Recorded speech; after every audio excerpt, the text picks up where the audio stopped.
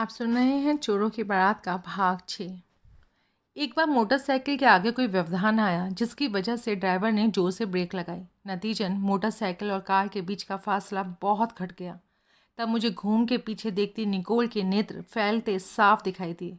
उसने पाब्लो की पीठ पर झुककर उसके कान में कुछ कहा तो मोटरसाइकिल फिर तोप के गोले की तरह छूटकर सड़क पर भाग चली।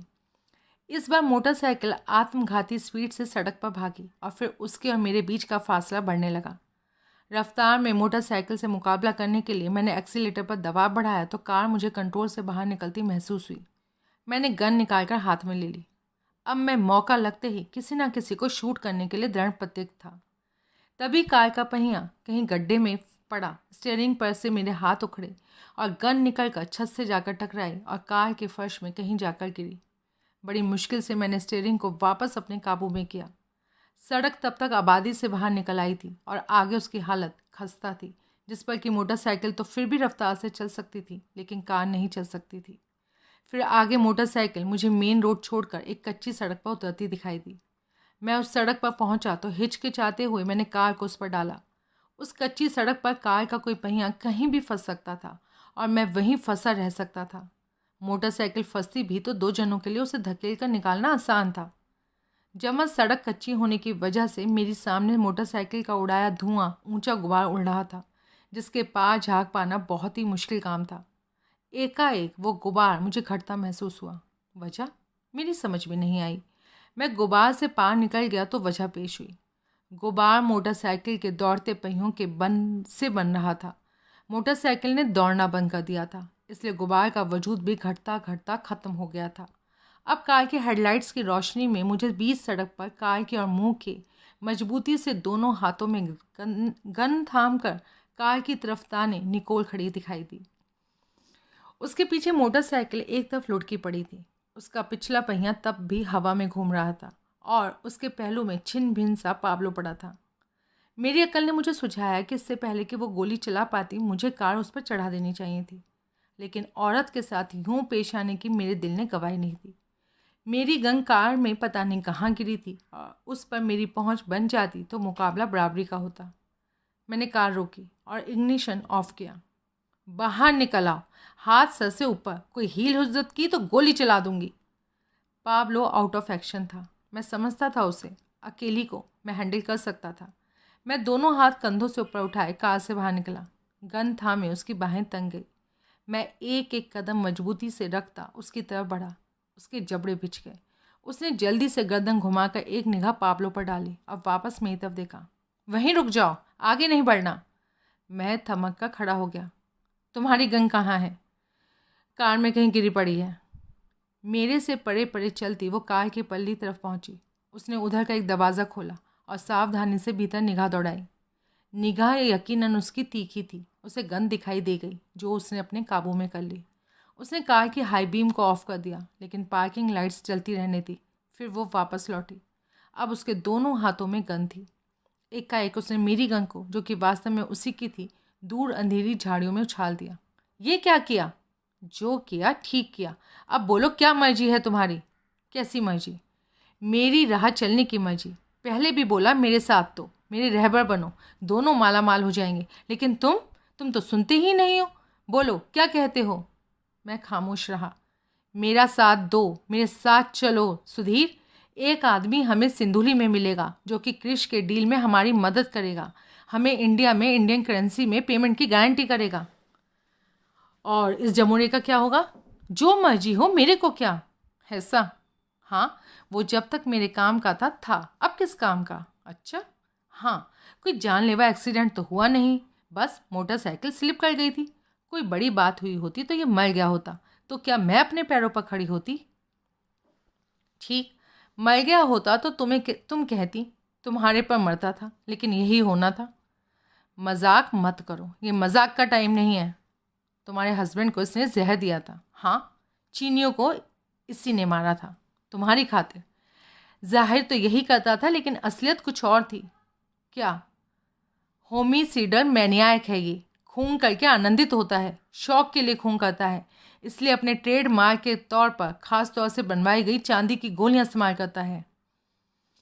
मैं तुम्हारा साथ दूं तो इसका पत्ता कट। इससे तुम्हारा कोई लेना देना नहीं। बिल्कुल। तुम मेरी खातिर इसे दरकिनार करने को तैयार हो? हाँ हाँ, ये बड़ा सूरमा बनता है लेकिन अंदर से बिल्कुल पिल है, जैसा कि सेवियो था। मैं मजबूत मर्द पसंद करती हूँ। अच्छा, जो कि मैं हूँ। उम्मीद है कि हो। उम्मीद है, यकीन है। यह इस वक्त अपने यकीन पर भरोसा करने के अलावा मेरे पास कोई चारा नहीं। ठहर जा साली। निकोल ने चीख कर पीछे देखा। मेरी निगाह भी उधर गई। पता नहीं कब पाब्लो को होश आ गया था। वो मुझे उकड़ू दिखाई दिया। उसके हाथ में सूटकेस था और वो उठ के सीधा होने की कोशिश कर रहा था। Bloody bitch, lousy two bit fucking bitch. साली कल तक मेरी तारीफ में कसीदे पड़ती थी, अब कहती है मेरा पत्ता कट। मुझे अंदर से पिल बताती है। तब पिल नहीं लगता था जब बेड में मेरे साथ। शट अप, निकोल चिल्लाई। साली झूठी मक्कार डबल गेम खेलती है। ये साला चराग हरामी ज़्यादा भाग गया तो बोलती है तेरा पत्ता कट। तू शुरू से इससे फिट थी ना? जब से इससे मिली है तभी से तू इस पर लट्टू है। पाब्लो, ठीक है, भाड़ में जाओ तुम दोनों, मरो, जान छिड़को एक दूसरे पर। अब वो सीधा खड़ा था और सूटकेस को उसने अपनी छाती के साथ दबोचा हुआ था। अब इससे उसने सूटकेस को और जोर से भींचा। तेरा कोई मतलब नहीं साली। वो कदम कदम पीछे हटने लगा। पाब्लो रुक जाओ। गुड बाय मदाम माता हरी। और वो एकाएक घूमा और हवा से बातें करता दौड़ता अंधकार में कहीं विलीन हो गया। रोको उसे। निकोल मुझ पर बसी। कौन? मैं नकली हड़बड़ाहट जाहिर करने लगा। Don't act smart damn you. उसके पीछे जाओ। काहे को? मेरा क्या ले गया वो? Oh damn dam dam. फिर वो घूमी और खुद उसके पीछे भागी। रुक जाओ, बेवकूफ़ मत बनो। उसके पीछे भागने से कोई फ़ायदा नहीं। जहाँ जाता है जाने दो उसे। जो क्रिश उसके पास है वो नकली है और उसे इस बात की खबर है। वो तुम्हारा दीवाना है, भागकर कहाँ जाएगा? घूम फिर कर यहीं तुम्हारे पास आएगा। लेकिन वो नहीं रुकी। मजबूरन मैं उसके पीछे भागा। आगे मुझे कुछ दिखाई नहीं दे रहा था, लेकिन उन दोनों के ज़मीन पर धम धम पड़ते कदमों की आहट मुझे साफ सुनाई दे रही थी। फिर एक फायर की आवाज़ हुई। भाग नहीं, रुक जा। फिर निकोल की चिल्लाती आवाज़ आई। रुक जा इडियट, किर्श मरे को दे। फिर एकाएक ऐसी आवाज़ें आने लगी जैसे आगे कहीं दो जनों में हाथापाई हो रही है। साली, जो तू चाहती है वो तुझे कभी नहीं मिलेगा। अब तू उसके सपने ही देखेगी ताज़ जिंदगी। गोली फिर चली। फिर वो दोनों मुझे अपने ऐन सामने दिखाई दी। मैं ठिठका। पाब्लो ज़मीन पर गिरा पड़ा था। निकोल उसके सर पर खड़ी थी। मेरे देखते उसने पाबोल के निश्चेष शरीर में 2 गोलियां और दाग दी। मैंने करीब जाकर जोर से उसे धक्का दिया। वो धड़ाम से ज़मीन पर गिरी। मैं ऐसा नहीं करना चाहता था, लेकिन फिर भी मैंने अपने पाँव के भरपूर ठोकर उसकी पसलियों में जमाई। उसके मुंह से यूं सिसकारी निकली जैसे गैस में से हवा निकली हो। फिर वो बिल्कुल निश्चेष्ट हो गई। मैं भी बिल्कुल निश्चेष्ट हो गया। जिसके शरीर में इतनी गोलियां दाखिल हुई हों उसका मुआयना बेकार था, फिर भी मैंने किया। ये देखकर मुझे सख्त हैरानी हुई कि वो जिंदा था। उसकी सांस धौखनी की तरह चल रही थी, लेकिन चल रही थी, और आंखों की पुतलियां मुतवातर कटोरियों में फिर रही थी। माई डाइंग डिक्लेरेशन, वो बड़ी मुश्किल से बोल पा रहा था। मरने से पहले मेरा इकबालिया बयान। ऐसा बयान पुलिस के या मजिस्ट्रेट के सामने दिया जाए तो किसी काम का होता है, मैं बोला। गवाह भी सुने तो काम का होता है। सुनो, बतौर गवाह सुनो। अच्छा ओके, मैं मर रहा हूँ। मरने से पहले मेरा कुछ कहना ज़रूरी है। भूमिका मत बांधो, टाइम ज़ाया मत करो, जो कहना है सीधा कहो। पापी हूँ मैं, जन्म से ऐसा हूँ, बहुत पाप किए। मर्डर? No never.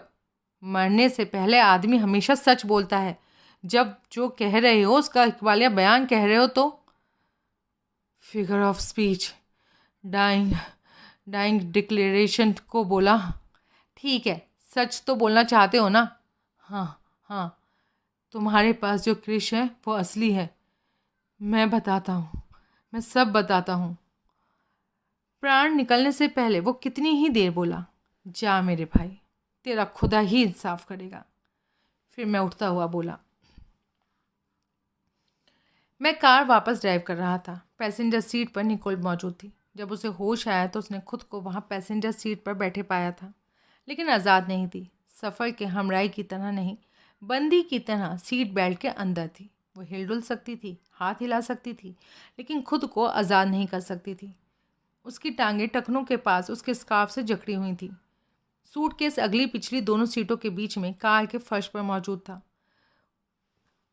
होश में आने के बाद से वो भड़क चुकी थी, कड़क थी। अपनी उस हालत में जो कहर बरपा सकती थी बरपा चुकी थी और अब शांत थी। आहत दिखाने की कोशिश कर रही थी। एक लंबा अरसा खामोशी में कटा, फिर वो सिसकने लगी। मैंने गर्दन घुमाकर देखा तो पाया उसकी आंखों में आंसू बह रहे थे। तत्काल मैंने सामने देखा और ड्राइविंग की तरफ तवज्जो दी। तुम तुम क्यों मेरे साथ ऐसे पेश आ रहे हो? कैसे पेश आ रहा हूँ? बिना सड़क पर से निगाह हटाए मैं बोला। तुम्हें नहीं मालूम? नहीं मालूम? इतना तो बता दो, हम कहाँ जा रहे हैं? काठमांडू। वापस वहीं?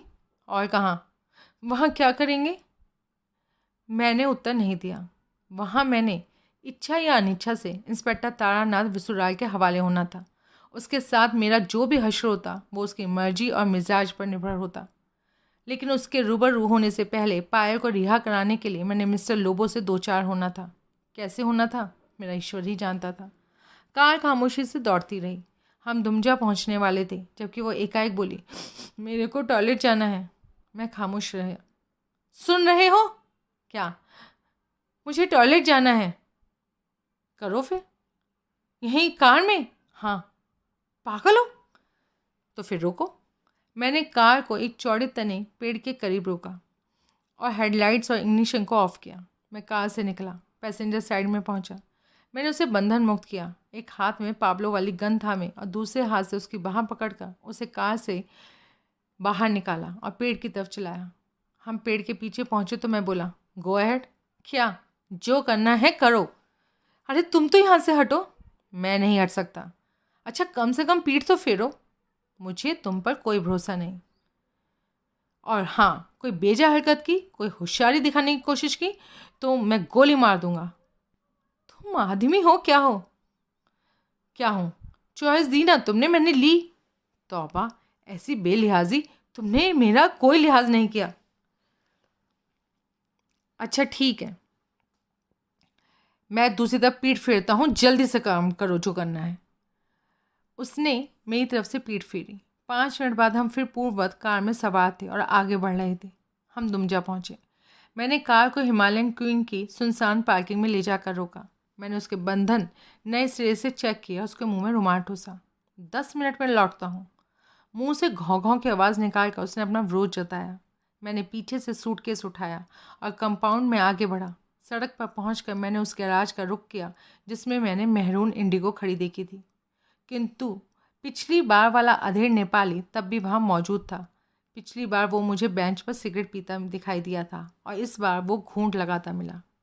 पता नहीं काम कब करता था या काम करने वाला कोई और था। मुझे देखकर वो हड़बड़ाया। उसने गिलास नीचे रखकर गिलास और बोतल पर अखबार डाला। पहचाना मुझे? उसने सहमति में सहलाया। सिस्टर और ब्रदर इन लॉ ने भेजा। क्या? अरे भाई, मेरे रिश्तेदार, मेरे सफ़र के साथी जो रिपेयर के लिए इंडिगो कार छोड़ गए थे। अच्छा, वो आपकी बहन और जीजा थे। और मैं क्या बोला? नहीं, पिछली बार तो आपने बताया नहीं था। तो रिश्तेदार बोला ना। हाँ, वो तो बोला था। तो क्या फ़र्क हुआ? कोई नहीं, क्या चाहते हैं आप? इंडिगो में वेल्डिंग और पेंटिंग के अलावा कोई काम नहीं, ठीक? हाँ ठीक। सिस्टर ने कार रेंटल एजेंसी से बात कर ली है। वो कार को इसी हालत में वापस लेने को तैयार हो गए हैं। अच्छा, जो डैमेज हुआ है वो चार्ज कर लेंगे, इसलिए अब रिपेयर की ज़रूरत नहीं ज़रूरत। हाँ, मैं कार लेने आया हूँ। लेने आए हैं? ये तोता रटन पिछली बार तो नहीं थी। लगता है घूंट का असर है। नशा किया तुमने? नहीं नहीं, बिल्कुल नहीं। चाबी दो। कार की? और किस चीज़ की चाबी दोगे भाई? अच्छा, ठीक है, मैं अभी चाबी लाता हूँ। और हाँ सुनो, 1000 रुपये लो। मैंने नोट उसकी गोद में डाले। किया तो खैर तुमने कुछ नहीं है, समझो कार को गैराज में खड़ी करने की उजरत है। उसने सर झुकाकर नोटों पर निगाह डाली। तो चाबी? वो मेम साहब और साहब कहाँ हैं? अच्छा, मेरी दीदी जीजा? वो दोनों सिंधुली में हैं। काफ़ी अर्सा वहीं रुकेंगे। रेंटल एजेंसी को इंडिगो लौटाने का काम उन्होंने मुझे सौंपा है। उसके चेहरे पर अनिश्चय के भाव आए। उसने अनिश्चय ने मुझे चिंतित किया और दबाव की ज़रूरत थी। एक कार मैं यहाँ छोड़ के भी तो जाऊँगा। क्या? हाँ, वोल्क्स वैगन हिमालयन क्वीन के कंपाउंड में खड़ी है, ये लो चाबी। मैंने चाबी उसके गोद में डाली। उसने चाबी का उसके साथ जुड़े पीतल के आइडेंटिटी टैग का मुआयना किया। ये भी रेंटल कार? हाँ, एजेंसी वाले खुद कलेक्ट कराएंगे। पेमेंट समझो हो चुकी, उनके पास बहुत एडवांस जमा है। काठमांडू जाकर हिसाब करूँगा तो कुछ पैसे मुझे ही वापस मिलेगा। ठीक है। क्या ठीक है? इंडिगो की चाबी कहाँ है? वो इग्निशन में है। मेरी जान में जान आई। मैं जाकर इंडिगो में सवार हुआ। मैंने उसका इग्निशन ऑन किया और उसे रिवर्स में चलाता सड़क पर लाया। आगे बढ़ने से पहले मैंने गैराज के भीतर निगाह दौड़ाई तो देखा कि गिलास वापस उसके हाथ में आ गया है। मैंने हाथ हिलाकर टाटा बाय बाय किया और कार को आगे बढ़ाया। मैं वापस हिमालयन क्वीन के कंपाउंड में पहुंचा। पार्किंग का रुख करने से पहले मैं लॉबी में और उसके आगे रिसेप्शन पर पहुंचा। पार्किंग में एक वॉल्क्सवैगन खड़ी है जो कि सेल्फ ड्रिवन टैक्सी है। मैंने रिसेप्शनिस्ट को संबोधित किया और रेंटल एजेंसी का कोई आदमी कार कलेक्ट करने आएगा तो उससे बोलना चाबी पिछली सड़क पर जो मोटर रिपेयर शॉप है उसके मालिक के पास है। ओके? Yes sir. इस वक्त बार खुला होगा? नो सर, 11 बजे बंद हो जाता है। Okay, thank you. मैं बाहर जाकर इंडिगो में बैठा और उसे चलाता वहाँ पहुँचा जहाँ मैंने अपनी कार पार्क की थी। वॉल्क्सवैगन के बाजू में उसके समांतर मैंने इंडिगो को खड़ा किया। मैंने भीतर झाँका। निकोल की शक्ल से, पोशाक से, पोजीशन से, हर बात से लग रहा था कि पीछे उसने आज़ाद होने की हर चंद कोशिश की थी, लेकिन वो कामयाब नहीं हो सकी थी। बाज नहीं आई। गलती की मैंने। खोपड़ी बजा के जाना चाहिए था ताकि बेहोश पड़ी रहती, या डिक्की में बंद करके जाना चाहिए था। उसके मुंह से घो घो की आवाज़ निकली। मैंने आवाज़ की ओर ध्यान नहीं दिया। मैंने सीट बेल्ट हटाई। उसके पाँव खोलने की कोशिश मैंने नहीं की और उसे उठाकर कंधे पर लाद लिया। मैंने उसे ले जाकर इंडिगो की पैसेंजर सीट पर डाला और उसकी सीट बेल्ट से पूर्ववत उसको वहाँ बांध कर बिठा दिया। मैं खुद भी कार में सवार हो गया तो मैंने कार को पार्किंग से निकाला और मेन रोड पर लाकर उसे धूली खेल की तरफ दौड़ाया। काठमांडू पहुँचने तक मैं बोला, हमें सड़क पर कई जगह चेकिंग के लिए पुलिस वाले मिल सकते हैं। उन्हें देखकर तुम्हें होशियारी आ सकती है और तुम चिल्ला चिल्ला कर आसमान सर पर उठाने लग सकती हो। उसने जोर जोर से कार में सहलाया। मैंने कार को एक बाजू में खड़ा किया और उसके मुंह से ठूसा रुमाल बाहर निकाला। तत्काल वो यूं हाँफने लगी जैसे तभी उसे ठीक से सांस आई हो। बाकी भी खोलो। क्या कहने? I will behave. नो। कहीं पुलिस वाले मिले तो मुझे यूं बंधा देखकर भी तो वो ये सोचेंगे ना जो मेरे मुंह में रुमाल ठूसा हुआ देखकर सोचते। मैंने उसकी बात पर विचार किया। मैंने सीट बेल्ट खोल दी। Thank you. लेकिन पाँव नहीं खोले। उसकी कमर में अपनी पतलून की बेल्ट डालकर उसे सीट के पीछे कस दिया। You son of a bitch. No, I can not be your son. You are not bitchy enough to be my mother. उसका मुंह फिर खुला। अब कोई वाही तबाही बकी को मजबूरन मुझे तुम्हारी खोपड़ी ठटठकानी पड़ी ना तो डिक्की में बंद कर दूंगा। उसने असहाय भाव से गर्दन हिलाई और अपना शरीर सीट पर ढीला छोड़ दिया। मैं वापस कार में सवार हुआ। मैंने कार को फिर सड़क पर दौड़ाया। हम कहाँ जा रहे हैं? काठमांडू। प्रॉपर? पाटन। वहाँ क्या है? वहाँ मिस्टर लोबो से कांटेक्ट होने की उम्मीद है। तुम मिस्टर लोबो के पास जाना चाहते हो? हाँ, गलती कर रहे हो। उससे बेहतर डील करने के लिए ज़रूरी है कि उसमें और तुम्हारे में फासला हो। क्रिश के साथ उसके पास ही पहुँच जाओगे तो खता खाओगे। मैं खामोश रहा। अब क्रिश है ना तुम्हारे पास? हाँ, अगर पीछे पाब्लो के पास था तो मेरे पास है। गुड। और डील की तुम फिक्र ना करो, मुझे मालूम है क्या करना है, कैसे करना है, किसके साथ क्या करना है। अब हम अमीर हो जाएंगे। नहीं, हम? हाँ, मैं और तुम। तो अब पाब्लो की जगह मैं फिट हूँ ना? अरे देखो ना, मैंने बताया ना तुमको, पाब्लो वक्ती सहूलियत था। मेरी चॉइस, मेरी पसंद तो तुम हो। और सेवियो, वो भी वक्ती सहूलियत था। वो दिन क्या दूर होगा जब मेरा भी दर्जा वक्ती सहूलियत का होगा? ऐसा तो कभी नहीं होगा। वो बड़े चित्त आकर्षक भाव से मुस्कुराई। उसने मेरी तरफ झुककर मेरे गले में बाँह परोने की कोशिश की, लेकिन कमर से बंधी बेल्ट की वजह से ऐसा ना हो सका। वो मेरी तरफ पर्याप्त ना झुक सकी। विकल्प के तौर पर उसने अपना दायां हाथ मेरी जांघ पर सरकाया। बाज आ जाओ, एक्सीडेंट हो जाएगा, मैंने सख्ती से उससे कहा। उसने मुंह बिसूरा और अपना हाथ वापस खींचा। I love you.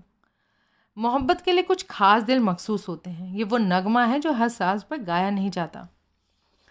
एक्चुअली मैं शायरी नहीं समझती, उर्दू भी नहीं समझती। जो समझती हूँ तो सिर्फ वो जो मैंने बोला। I swear Sudhir, I love you from the core of my heart.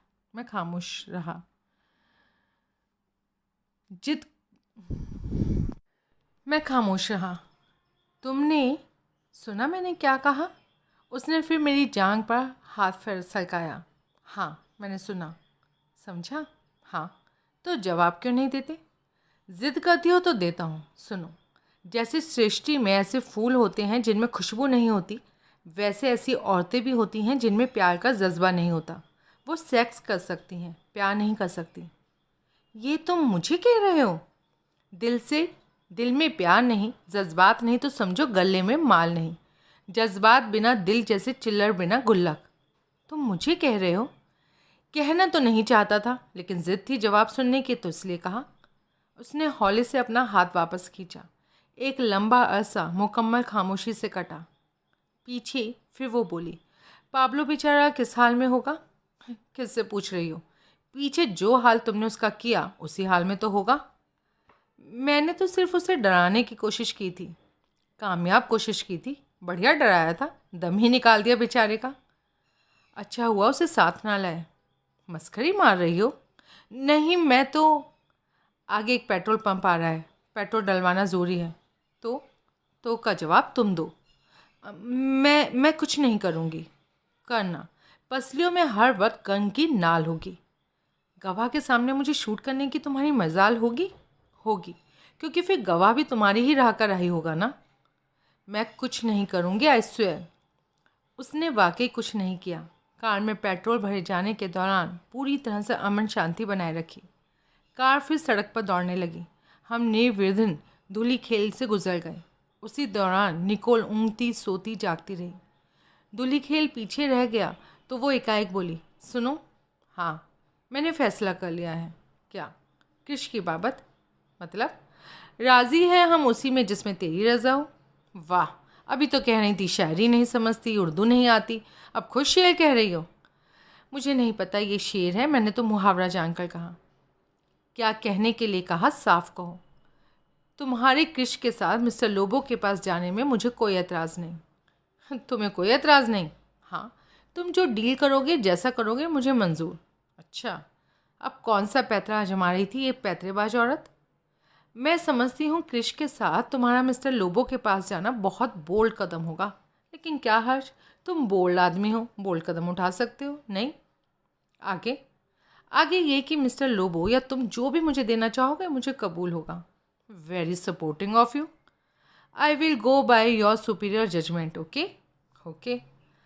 अब तुम्हारी मेरे में कोई रार नहीं, तकरार नहीं, ठीक? We are friends now.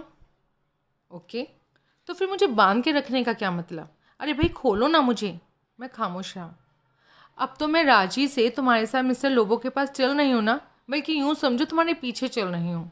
मैं सोचने लगा, आखिर तो मुझे तुम खोलोगे ही ना, ऐसे थोड़े ही मुझे कहीं ले जा सकोगे। अच्छी बात है। तुम्हारे पीछे चल रही हूँ। मैं सोचने लगा, आखिर तो मुझे तुम खोलोगे ही ना, ऐसे थोड़े ही मुझे कहीं ले जा सकोगे। अच्छी बात है।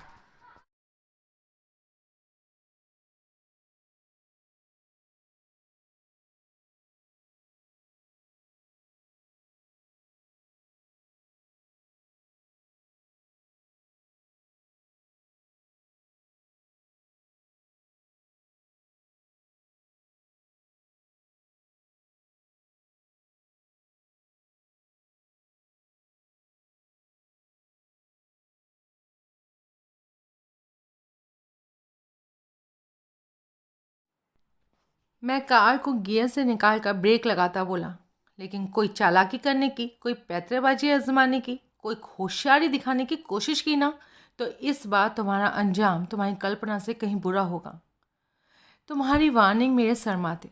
मुझे तुम्हारी हर बात कबूल है डार्लिंग, क्योंकि मुझे तुम पर भरोसा है, इसलिए मुझे मालूम है तुम मुझे फेयर डील दोगे। मैंने कार रोकी और उसे बंधन मुक्त किया। उसने थैंक यू बोला और थैंक यू को अमली जामा पहनाने के लिए मेरे गले लगने की कोशिश की।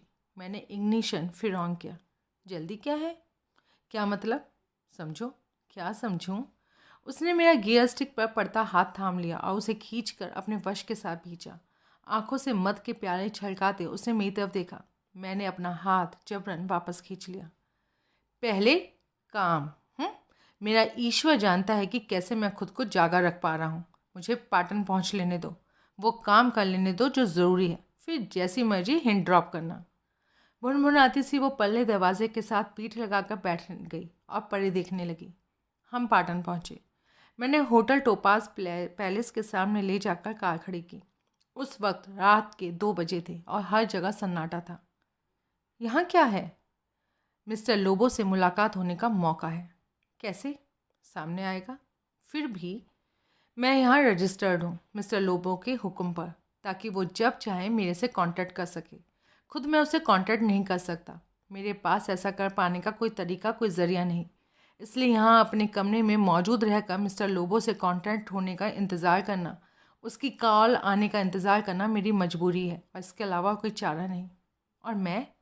मेरे साथ चलोगी? तुम्हारे कमरे में? और कहाँ? रात की इस घड़ी कोई एतराज़ तो नहीं करेगा ना? पत्नी के पति के कमरे में जाने से कोई क्यों करेगा भला? पत्नी? अभी इंडिया से आई, फ़्लाइट लेट थी इसलिए यहाँ लेट पहुँची। ओह, लेकिन एक बात याद रखना, कोई बेजा हरकत की तो इस बार मैं ज़िंदा नहीं छोड़ूंगा। याद रखना मेरी बात, दोहरानी ना पड़े। तुम गब्बर सिंह हो, कोई बात याद नहीं रख सकते?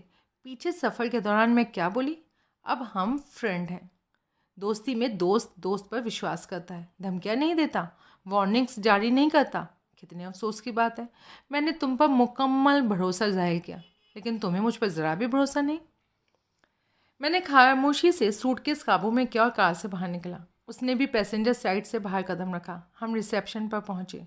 रिसेप्शन पर वही क्लर्क मौजूद था जो परसों मेरे मत्थे लगा था। माय वाइफ अभी इंडिया से आई है। Welcome ma'am. निकोल ने बड़ी अदा से मुस्कुरा कर वेलकम कबूल किया। चाबी दो। क्लर्क ने मुझे मेरे कमरे की चाबी सौंपी। मेरे लिए कोई मैसेज? अभी तो कोई नहीं सर, खाली मिस्टर लोबो ने 2-3 बार फ़ोन करके आपकी बाबत पूछा था। आखिरी कॉल अभी कोई आधा घंटा पहले आई थी, लेकिन उन्होंने मैसेज कोई नहीं छोड़ा। मिस्टर लोबो ने? जी हाँ, वैसे तो टाइम बहुत ज़्यादा हो गया है, लेकिन आप कहें तो मैं उन्हें कॉल लगाऊं? हाँ लगाओ। Yes sir. आप कहें तो। तुम्हें मालूम है मिस्टर लोबो कहाँ पर मिलेंगे? उन्हें कहाँ कॉल लगाई जा सकती है? Yes sir, of course. Mister Lobo आपसे पहले से इस होटल में है। मैं बहुत चक्का सा उसका मुंह देखने लगा। कैसे उस घड़ी बगल में छोरा और शहर में ढिंडोरा वाली कहावत चरितार्थ हो रही थी। उन्होंने ही तो आपके यहाँ रिजर्वेशन कराई थी। आपके एक मंजिल ही तो ऊपर हैं वो, यहाँ इस होटल में, स्वीट नंबर 904 में। आप कहें तो मैं उन्हें कॉल लगाऊं? नहीं, ज़रूरत नहीं। मिस्टर लोबो रात में बहुत ही कम सोते हैं, पता करेंगे जाकर। जाग रहे होंगे तो मिल लेंगे। You know better sir. Yes I know better, thank you. Welcome sir. एक बात और। Yes sir. परसों मैंने तुम्हें कोई और धंधा तलाश करने की राय दी थी। मैं शर्मिंदा हूँ, अपने अल्फाज वापस लेता हूँ। आपका बड़प्पन है सर, वरना मैंने तो नया धंधा तलाशना शुरू कर ही दिया था। कोई ज़रूरत नहीं, अपने मौजूदा धंधे में तुम एन फिट हो। बाकी बात रही छोटी मोटी कोताही की, तो वो किसी से भी हो सकती है। Yes sir. God bless you. हम जाकर लिफ्ट में सवार हुए। मैंने 9वीं मंजिल का बटन दबाया। निकोल शीशे में अपना मुंह निहारने लगी। मेरा हैंडबैग शायद कार में रह गया। नहीं, जब तुम वोल्क्स वैगन में सवार हुई थी तो हैंडबैग तुम्हारे साथ नहीं था, ज़रूर पीछे कहीं रह गया। ओह, अब मैं मेकअप कैसे ठीक करूं? ये टाइम है मेकअप की फ़िक्र करने का। मैं औरत हूँ। अच्छा हुआ बता दिया, वरना मुझे तो पता ही नहीं लगना था। पैसा भी पीछे छूट गया। पाब्लो की तो चांदी हो गई। कैसे? वो कब्ज़ा लेगा ना? फरेबी बातें कर रही थी, समझती थी मुझे नहीं मालूम था कि उसने धराशायी पाब्लो को पूरी निर्दयता से पॉइंट ब्लैंक शूट किया था। नहीं कब्जा लेगा। अब वो ऐसी मोह माया से मुक्त हो गया। मतलब? तभी लिफ्ट 9वीं मंजिल पर पहुँच कर रुकी। उसका दरवाज़ा खुलो। अभी रुको, मुझे बाहर देखने दो, मैं बोला। निकोल की भवें उठी। रिसेप्शन क्लर्क ने हमारी आमद की खबर पहले ऊपर पहुंचा दी हो सकती थी। वो मेरे से कुड़ा हुआ है, बावजूद मेरी पुछ के वो अभी भी मेरे खिलाफ हो सकता है। ओह, मैंने सावधानी से गर्दन निकाल कर बाहर झाँका। गलियारा खाली पड़ा था, उसमें मुकम्मल सन्नाटा था। मैंने लिफ्ट से बाहर कदम रखा। मेरे इशारे पर निकोल भी बाहर निकली। दबे पांव कारपेट पीछे गलियारे में चलते हम स्वीट नंबर 904 के दरवाजे पर पहुँचे। कुछ क्षण मैंने कान खड़े करके आहट लेने की कोशिश की, फिर सूटकेस नीचे रखा और बेल्ट में खुशी गन निकाल कर हाथ में ले ली। मैं दरवाजे से परे हटा। फिर मैंने पूरी शक्ति से अपने दाएं पांव की भरपूर ठोकर दरवाजे पर लगाई। दरवाज़ा ऐसे वेग से खुला जैसे उसे बारूद लगाया गया हो। मेरी निगाह भीतर गई। मिस्टर लोबो विशाल कमरे के मध्य में अपनी व्हील चेयर पर बैठा हुआ था। उसका ट्रेडमार्क कंबल तब भी उसे कमर से लेकर पैरों तक ढके था। परे खिड़की के करीब रायमाची खड़ा था और उस घड़ी तिपाई पर पड़े फ़ोन पर उसका रिसीवर वापस रख रहा था। वो कमरा स्वीट के ड्राइंग रूम की तरह सुसज्जित था। दोनों ने अपलक यूं भड़ाक से खुले दरवाजे की तरफ देखना।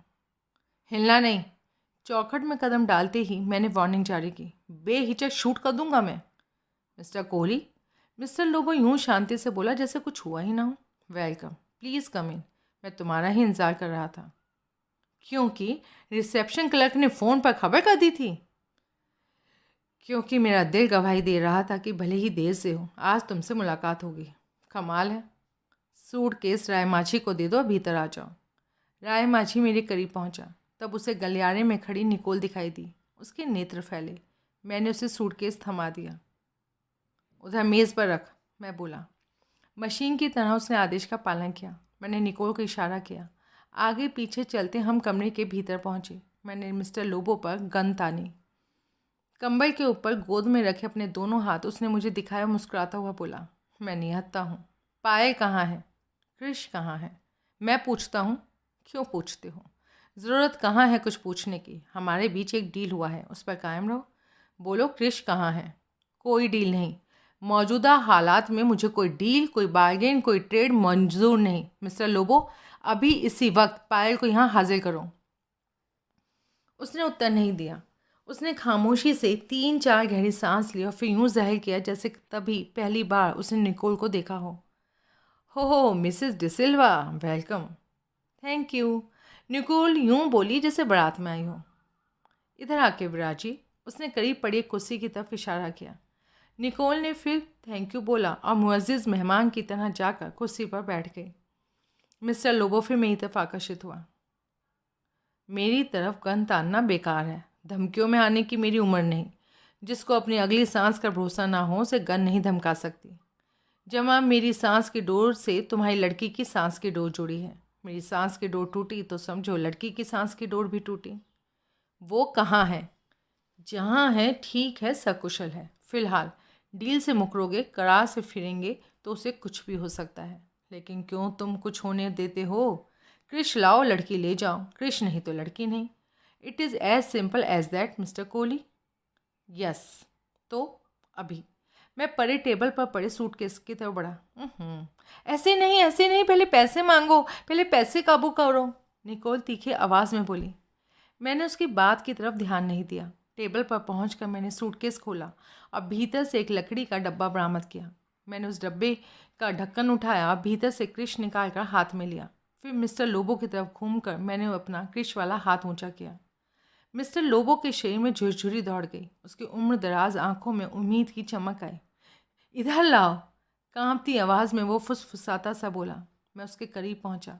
बड़ी एहतियात के साथ मैंने कृष उसकी गोद में रख दिया। बड़ी बेचैनी से उसका कंकाल जैसा हाथ कृष पर पड़ा।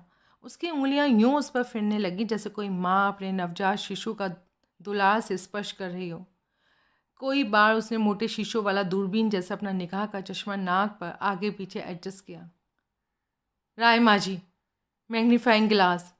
फिर वो अपने क्षीण स्वर के विपरीत ऐसे तीखे स्वर में बोला कि हैरानी से उसका मुंह में दिखने लगा। राय माजी ने मेरी तरफ देखा, फिर मेरे हाथ में थमी गन की तरफ देखा। मैंने गन को जेब में रख लिया।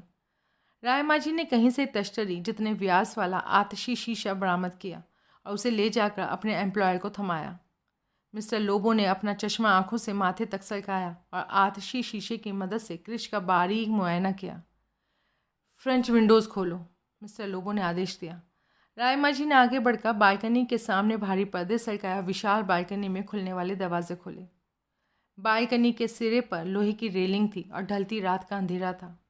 पता नहीं उसने वो दरवाजे क्यों खुलवाए थे, जिनके खुलते ही भीतर ठंडी हवा के झोंके प्रवेश करने लगे थे। रात की उस ठंडी हवा में खाने का उसका इरादा तो हो नहीं सकता था। बहरहाल अपने इंस्पेक्शन की दिशा में कोई तो एडवांटेज बालकनी के दरवाजे खुलने की उसके जहन में थी। एकाएक उसके मुंह से एक निराशा और आक्रोश से भरी सिसकारी निकली। जाली है, नकली और डुप्लीकेट है मिस्टर कोहली, मुझे तुमसे ऐसी उम्मीद नहीं थी। ये झूठ बोल रहे हैं, ये असली है। असली को नकली बताने के पीछे इनकी कोई साजिश है। पाब्लो ने खुद मुझे बताया था ये क्रिश जेन्युइन था। उसने झूठ बोला होगा, मैं बोला। नहीं, झूठ ये बोल रहे हैं, ये इरादतन असली क्रिश को नकली। Shut up women, mister Lobo बोला। उसके स्वर में आक्रोश का सर्वदा अभाव था। निकोल ने होठ बीचे। And look at me, rather look at Krish. मैंने भी उसकी तरफ तवज्जो दी। मिस्टर लोबो ने क्रिश की उंगलियों में पिरोई हुई बांसुरी खींच ली, उसे तिनके की तरह मोड़कर सामने कमरे के कारपेट बिछे फर्श पर फेंक दिया। निकोल के मुंह से सिसकारी निकली। अब किसी और सबूत की ज़रूरत है कि क्रिश नकली है? कोई कुछ नहीं बोला। मिस्टर कोहली, अब तुम क्या कहते हो? मैं वही कहता हूँ जो आप सुनना चाहते हैं, मैं निर्णायक भाव से बोला। गन निकाल कर मैंने फिर अपने हाथ में ले ली। कोई अपनी जगह से ना हिले, कोई बेजा हरकत ना करे, कोई मुझे हूल ना दे। मैं असली क्रिश पेश करता हूँ। सब खामोश रहे। मैं फ़ोन के पास पहुँचा। बाजरिया ऑपरेटर, मैंने भीम बहादुर को कॉल लगाई। काफ़ी देर घंटी बजने के बाद मुझे उसका उत्तर मिला। सुधीर कोहली बोलता हूँ, पहचाना? हाँ साहब। मैंने जो काम कहा था भाई वो कर लिया? हाँ साहब। पार्सल अब किधर है? मेरे पास। उसे लेकर पाटन में होटल टोपाज पैलेस के रूम नंबर 904 में आ सकते हो? हाँ, अभी फ़ौरन। हाँ साहब। गुड। अपनी टैक्सी का मीटर चला के आना, मैं डबल भाड़ा भरूंगा। बस समझो पहुंच गया साहब। मैंने रिसीवर वापस रख दिया और घूम कर अपने सामने निगाह दौड़ाई। असली क्रिश को लेकर मैंने इतनी बड़ी घोषणा की थी, लेकिन उसका कोई सनसनीखेज असर मुझे कहीं दिखाई नहीं दे रहा था। राय माझी बालकनी के फ्रेंच डोर की चौखट के साथ लगा खड़ा जमाइयाँ ले रहा था। मिस्टर लोबो की शक्ल से यूं लग रहा था जैसे बैठा बैठा सो गया हो। सिर्फ निकोल कदरन उत्तेजित दिखाई दे रही थी और बार बार बेचैनी से पहलू बदल रही थी। दृढ़ कदमों से चलता मैं मिस्टर लोबो के करीब पहुंचा। राय माझी पर निगाह रखते हुए मैंने गन की नाल मिस्टर लोबो की कनपट्टी से सटा दी। मिस्टर लोबो पर कोई प्रत्यक्ष प्रतिक्रिया नहीं दिखाई दी और उसका कंबल ऊंचा करके उसकी गर्दन में झाँका। गन उसकी गोद में भी नहीं थी। हो गई तसल्ली? वो सहज भाव से बोला। हाँ, हो गई। मिस्टर लोबो, आपको अपनी ज़िंदगी से कोई मोह नहीं, क्योंकि आप 102 साल के हो। लेकिन राय माझी की तो समझो, अभी बाली उमरिया है। इसने अपनी ज़िंदगी, मुझे पूरा यकीन है, खूब प्यारी होगी। क्या कहना चाहते हो? 1 मिनट में पायल यहाँ हो, वरना मैं राय माझी को शूट कर दूंगा। राय माझी को? और इसका खून आपके सर होगा। नाहक खून भाव, राय माझी मेरे से बाहर नहीं जा सकता। खुशी खुशी ये जान दे देगा। मैंने राय माझी की तरफ देखा। उसका सर बेहिचक सहमति में हिला। मुझे अपनी बेबसी पर रोना आने लगा। मैंने पहले ही बोला था कि आज रात तुम्हारे से मुलाकात होने का मुझे पूरा विश्वास था, इसलिए मैंने लड़की को ऐसी जगह छुपाया है जिसकी 7 जन्म तुम्हें भनक नहीं लग सकती। लग सकती है तो तभी लग सकती है जब असली क्रिश मेरे कब्जे में होगा। पाब्लो वाली गन मुझे दो। निकोल कुर्सी से उठती हुई बोली। मैं इसे चुटकियों में बुलवा के देखती हूँ कि लड़की कहाँ है। बैठ जा। मेरा कहना मानो, मैं तुम्हारी मदद करने की कोशिश कर रही हूँ। नहीं चाहिए, बैठ, और दोबारा ना कहना पड़े। वो वापस अपनी कुर्सी पर बैठ गई। मैं मिस्टर लोबो की व्हील चेयर से परे हटा और राय माझी से संबोधित हुआ। अपना कोट उतार। उसने उतारा। लपेट के मेरी तरफ उछाल। उसने वो भी किया। मैंने कोट को लपक लिया, उसकी जेबें टटोली। कहीं से कोई हथियार बरामद नहीं हुआ। पतलून उतार के इधर फेंक। माता फिराए, मैडम का तो लिहाज कर। पहले मैं अपना लिहाज कर लूँ, फिर ऐसी नाइसिटीज़ के बारे में सोचूंगा। उतार। जैसे तैसे उसने वो भी काम किया, लेकिन कोई हथियार पतलून में भी नहीं था। मैंने दोनों चीज़ें उसकी तरफ वापस उछाल दी जो उसने पहले ली, तो मैं बोला, वहाँ से हट, उधर कोने में जाके खड़ा हो जाए। ये क्या है? तू उड़ जाएगा। भारी कदमों से चलता वो कोने में जाकर खड़ा हुआ। मैंने फिर मिस्टर लोबो की तरफ तवज्जो दी। तो आप मरने से नहीं डरते? कई बार बोला। मैंने कई बार सुना, लेकिन मरने में फ़र्क होता है। क्या कहना चाहते हो? वो मौत आसान होती है जिसमें प्राण निकलें तो खबर तक ना हो, लेकिन आसान मौत तो बहुत खुश नसीबों को हासिल होती है। आप हैं बहुत खुश नसीब। उसके चेहरे पर उलझन के भाव आए। क्या कहना चाहते हो? बाय एड बताता हूँ ना, डेमॉन्स्ट्रेशन देता हूँ आपको। मैंने करीब जाकर रिवॉल्वर की नाल से उसकी नाक पर दस्तक दी। उसके मुंह से दर्दनाक चीख निकली। तत्काल नक्सील की तरह उसके नथुनों से खून बह निकला। मार के आगे भूत भागते हैं, मैं क्रूर स्वर में बोला। अपना टाइम वेस्ट कर रहे हो, है ना टाइम मेरे पास वेस्ट करने के लिए? राय माझी तुम्हारी बोटी बोटी अलग कर देगा। अभी तो नहीं कर देगा, अभी तो वो अपनी चाप मछली के लिए फिक्रमंद है। ठीक है, जो जी में आए करो, नतीजा सिफर निकलेगा। इस बार मैं उसकी खोपड़ी खड़काने की तैयारी कर रहा था कि दरवाजे पर दस्तक पड़ी। निकोल ने कुर्सी से उठने का उपक्रम किया। खबरदार, मैं उसे घुरता सा बोला। मैं तो दरवाज़ा खोलने। ज़रूरत नहीं, वापस बैठ। वो वापस बैठ गई। तीनों पर निगाह रखते मैं दरवाजे पर पहुंचा। सावधानी से मैंने दरवाज़ा खोला और बाहर झाँका। चौखट पर भीम बहादुर खड़ा था। लाए?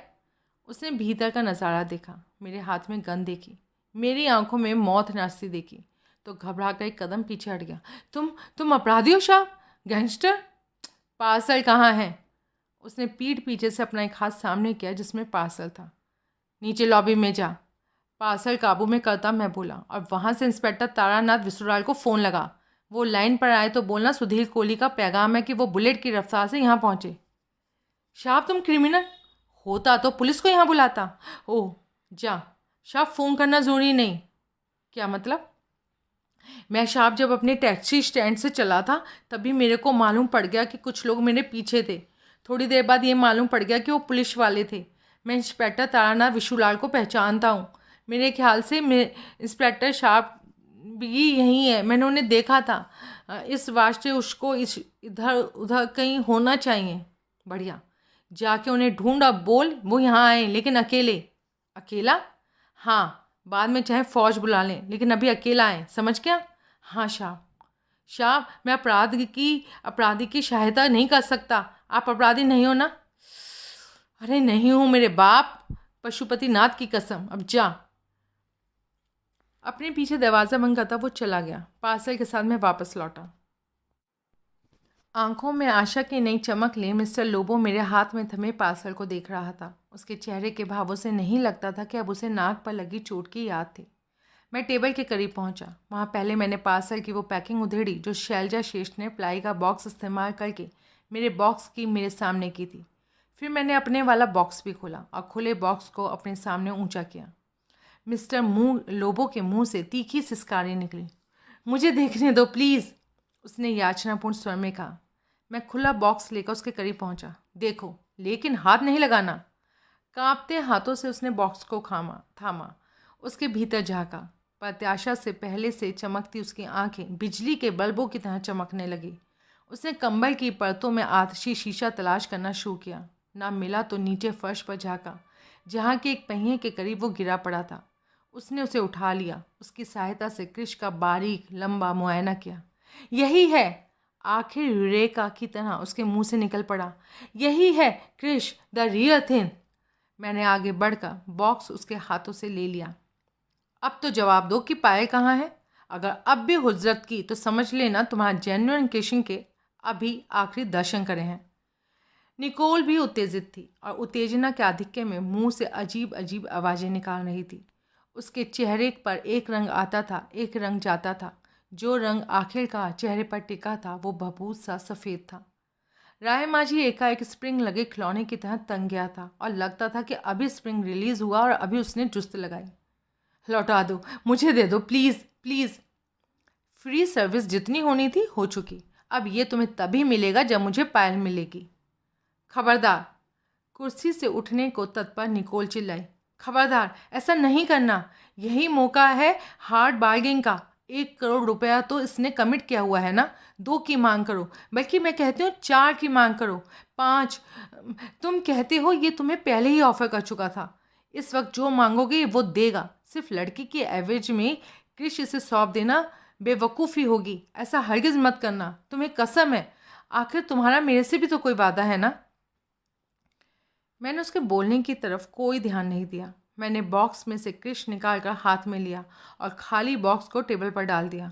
अब पायल नहीं तो क्रिश नहीं, फैसला 1 मिनट में। मिस्टर लोबो ने व्यग्र भाव से सहमति में सर हिलाया और राय माझी को इशारा किया। राय माझी सहमति में सर हिलाता स्वीट के 2 बेडरूम्स में से एक में दाखिल हो गया। जब वो वापस लौटा तो पायल उसके साथ थी। चिराग तले अंधेरा। ज़रूर इसी वजह से जब मिस्टर लोबो ने मेरी उससे फ़ोन पर बात कराई थी तो उसने कहा था कि उसे मालूम था वो कहाँ थी, लेकिन बताने कौन देता। निश्चय ही मिस्टर लोबो उस खेल का बहुत मंझा हुआ खिलाड़ी था। पायल यूं आंखें मलती वहां पहुंची थी जैसे कि सोते से जगाई गई हो। मुझे देखते ही उसकी आंखें फैली। वो दौड़कर करीब आई, मेरे से लिपट गई और सुबक सुबक कर रोने लगी। किसी ने तेरे साथ बुरा सलूक किया? फिर रोती क्यों है? मैं आ गया ना। लेकिन बोलते थे अगर मैं कॉपरेट नहीं करूँगी, भाग निकलने की कोशिश करूँगी या कोई और कैसा भी कोई पंगा करूँगी तो ये लोग मुझे मार डालेंगे। अब तेरा कोई भी बाल बाका नहीं कर सकेगा। कोशिश करेगा तो जहन्नुम की राह का राही बनेगा। चुप हो जा। उसने अपने रोने पर काबू पाया। नीचे पार्किंग में एक मैरून कलर की इंडिगो खड़ी है, जाकर उसमें बैठ और मेरा इंतज़ार कर। नहीं, मैं आपके साथ रहना चाहती हूँ। मेरे पास ही रहेगी हिफाजत में। जो हुआ हरगिज़ दोबारा नहीं होगा। कहना मान और जा। आखिरी क्षण तक हिचकिचाती लौट आने को तत्पर वो वहाँ से चली गई। पीछे मैंने क्रिश को मेज पर रख दिया। मैं अपने करार पर कायम हूँ, मैं बोला। क्रिश तुम्हारे हवाले है। तब तक तो बराबर है जब तक कि कानून के लंबे हाथ तुम्हारी गर्दन तक नहीं पहुँच जाते। बद्दुआ मत दो, मिस्टर लोबो बोला। बद्दुआ नहीं दी मैंने, हकीकत बयान की। उसने प्रतिवाद में कुछ कहने को मुंह खोला, फिर खामोश हो गया। फिर उसने अपनी व्हील चेयर को उस टेबल की तरफ बढ़ाया जिस पर क्रिश रखा था। निकोल के मुंह से डरावनी गड़गड़ाहट निकली। स्प्रिंग लगे खिलौने की तरह उछलकर वो अपनी कुर्सी में से निकली और मेज के करीब पहुंची। चील जैसा झपट्टा मारकर उसने मेज पर से क्रिश उठा लिया और दरवाजे की तरफ लपकी। मैं छलांग मारकर बीच में आया और दीवार की तरह उसके रास्ते में खड़ा हो गया।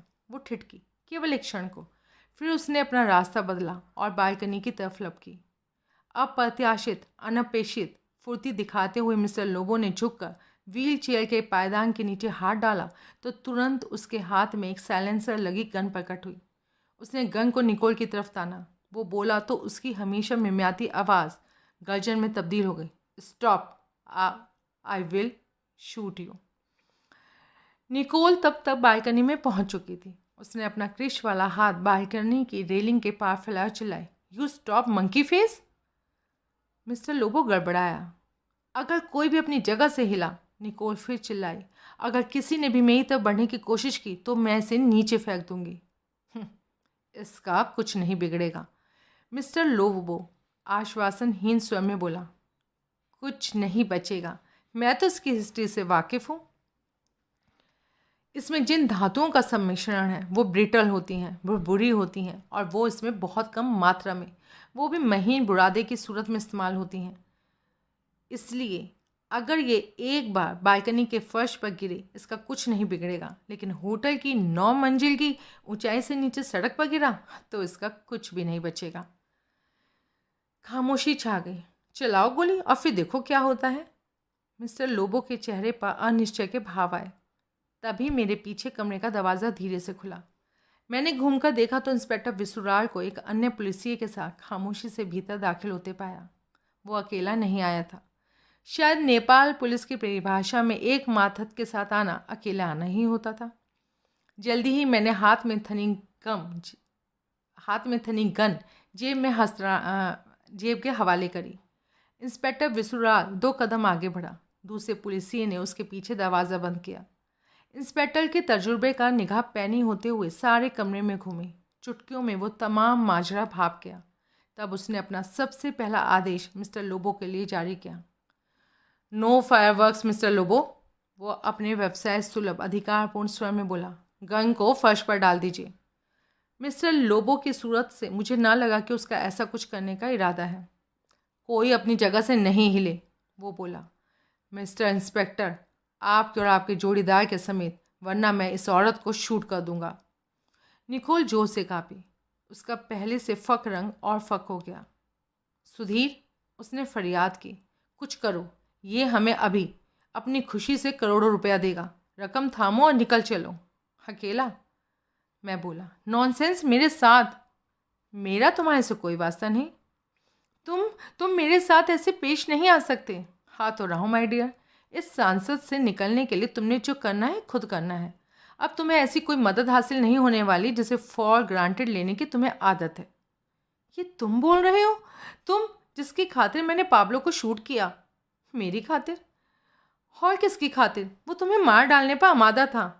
गलत ख्याल है तुम्हारा, वो लड़का ऐसा नहीं था।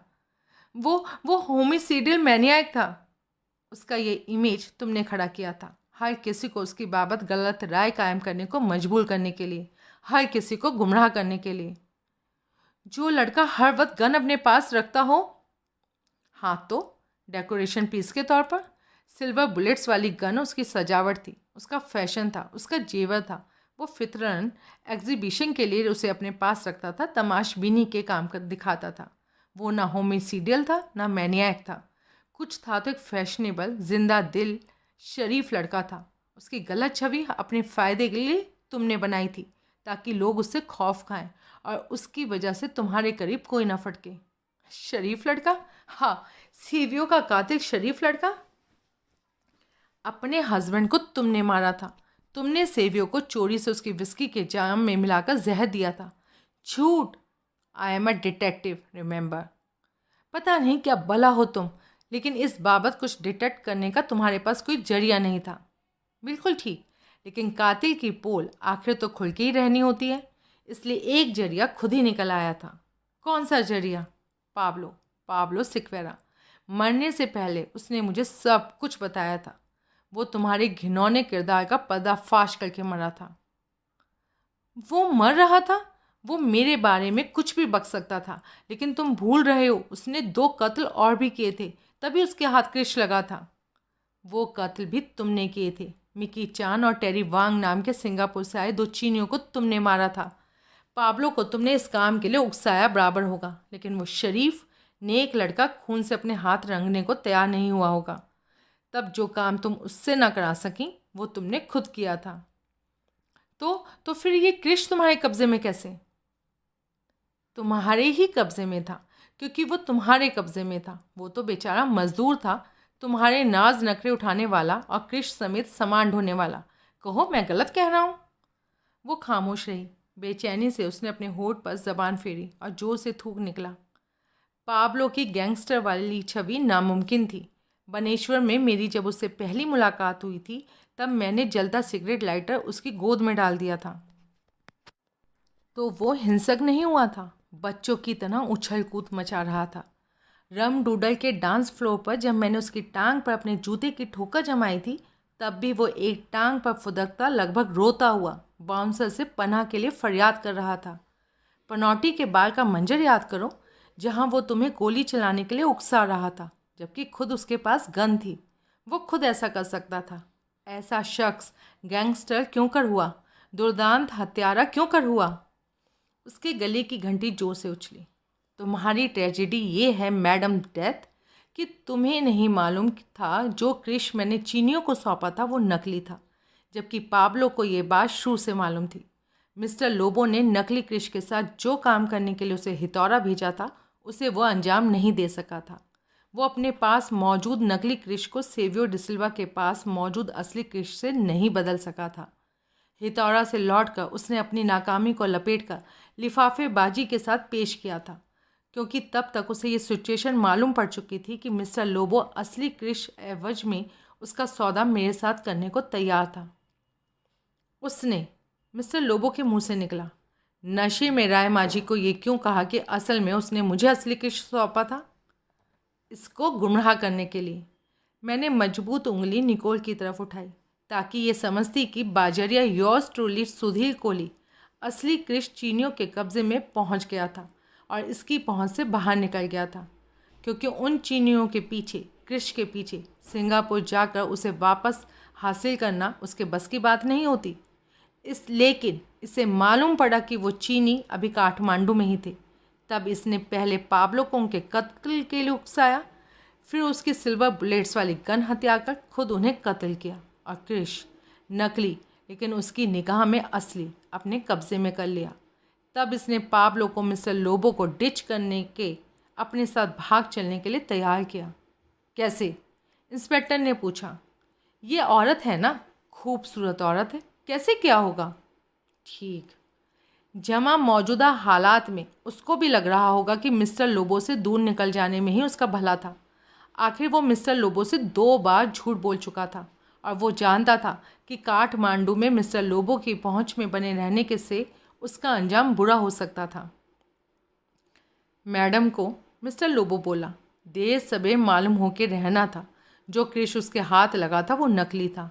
हाँ, जाहिर था उसका उसके असली होने का भ्रम तभी तक बना रह सकता था जब तक कि उसकी सौदेबाजी की तुम्हारे से या किसी से भी, मसलन सिंगापुर वाले ओरिजिनल ऑनर अंतानियो बांग से नौबत ना आती।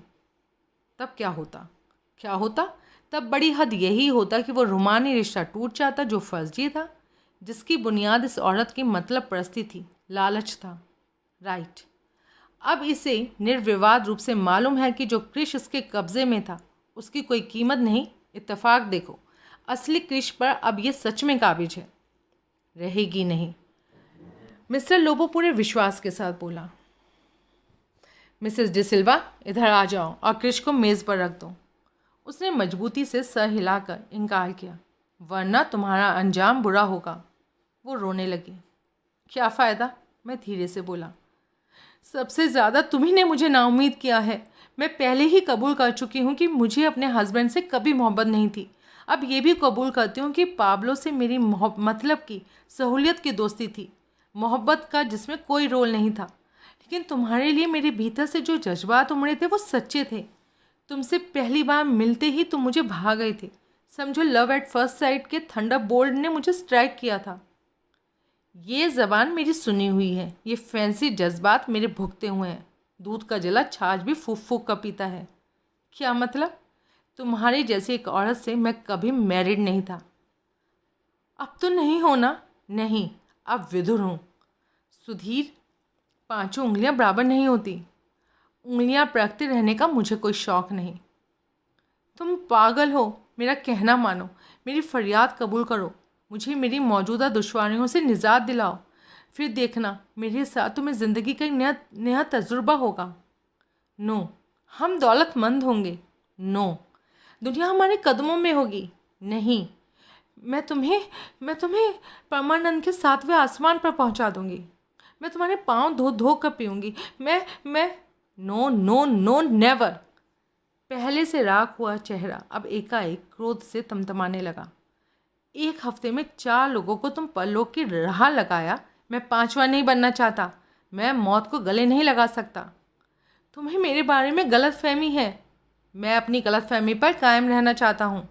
तुम अहमक हो, अकल से अंधे हो, जो वक्त की नज़ाकत नहीं पहचानते, मौके का फ़ायदा नहीं उठाना जानते।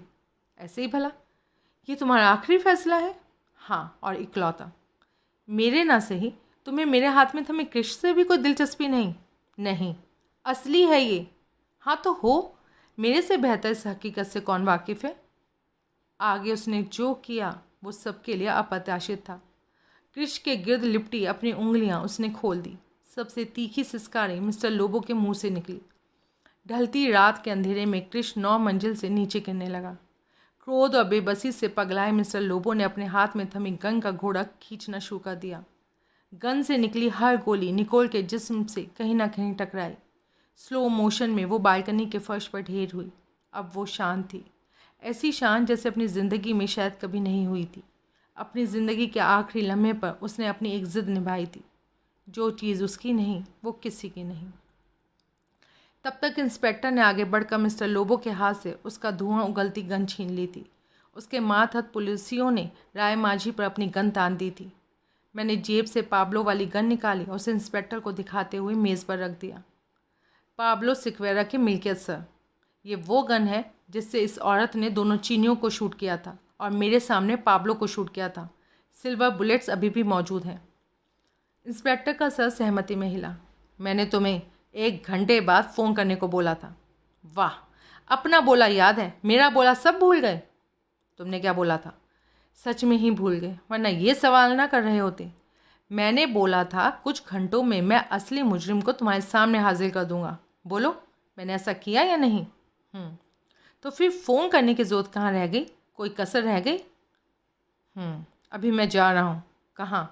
काठमांडू। कल हेडक्वार्टर में हाजिर होऊंगा। अगर की कोई गुंजाइश नहीं। आखिर मैंने अपना पासपोर्ट वापस हासिल करना है। उसके चेहरे पर अनिश्चय के भाव आए। तुम्हारा केस हल हो चुका है। Courtesy Sudhir Kohli. The only one हल हो चुका। अब मुझे यहाँ रोके रखने से तुम्हें कुछ हासिल नहीं होने वाला। लड़की सेफ है, मेरे पास है। ओह, मैं बाहर को बढ़ चला। उसने मुझे रोकने की कोशिश नहीं की। पायल बाहर थी। पायल मेहरून इंडिगो में पैसेंजर सीट पर बैठी मेरा इंतज़ार कर रही थी। मुझे लौटा पाकर उसके चेहरे पर राहत और इत्मीनान के भाव आए। कार चलाना जानती हो? लेकिन चलाने कोई नहीं देता, क्योंकि नाबालिग हो। डम डम, नाबालिग को कोई ड्राइविंग लाइसेंस देता है क्या? ड्राइविंग लाइसेंस भी है, बराबर है। उस पर डेट ऑफ बर्थ होती है ना। 23 साल पहले की लिखी दिखाई दे तो बोलना। कुछ दिन और साथ बना रहा ना तो तू खुद को 50 साल पहले पैदा हुए साबित करके ही मानेगी। चल ड्राइविंग सीट पर बैठ, चलाकर और खुद को साबित 1 पीस काठमांडू होटल पहुंचाकर दिखा। अपना नहीं बोले, मैं तो पैसेंजर सीट पर ढेर होके मरने लगा हूँ। किसी के देनदार बन के मरो तो नर का भागी बनना पड़ता है, मालूम। मैं किसका देनदार हूँ? लो, भूल भी गए, जबकि अभी 3 दिन पहले ही बात है। कौन सी बात? इसलिए बोला ना, प्रोनोट लिख के दो तो मेरे पप्पी झप्पी के करजाई हो। कोई बात भूलती नहीं तुझे?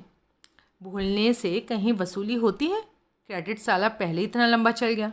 जो वसूली बड़ी हद अगले दिन इतवार को हो ही जानी चाहिए थी, वो बुधवार का सवेरा होने को है। आज फिर भी पेंडिंग है। तू कुछ भूल रही है क्या? शनिवार रात के बाद से मैंने तेरी आज ही सूरत देखी है। ये बात तो है। तो फिर तू बोल, अब क्या कहता है? अभी तो मैं मरने लगा हूँ। होटल पहुँचकर जिंदा पाओ तो करिश्मा समझना और किसी तरह कमरे में पहुँचा देना। आगे जान है तो जहान है, जहान है तो कॉल करार है। नहीं ठीक है, मरो फिर। हुए दोस्त तुम जिसके, दुश्मन उसका आसमां क्यों हो? क्या बोला? कुछ नहीं। मैं कार में सवार हुआ। उसने कार पार्किंग से निकाल कर आगे बढ़ाई। मेरी आंखें मुनने ही लगी थी कि एकाएक पायल बोली, देखो। सप्रयास मैंने आंखें खोली और कार के बोनेट से आगे सड़क निगाहें दौड़ाई जिधर वो इशारा कर रही थी।